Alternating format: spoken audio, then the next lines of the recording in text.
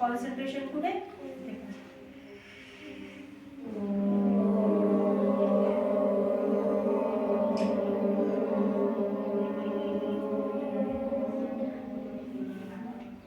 आता मकर घेऊया. डोक्यावर हात ठेवा सगळ्यांनी. श्वास घ्यायचा.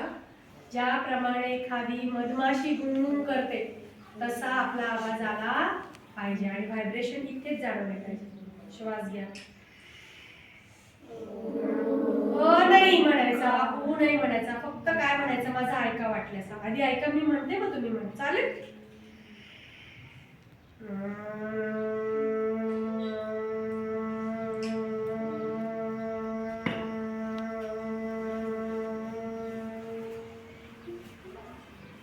हा मका म्हणा.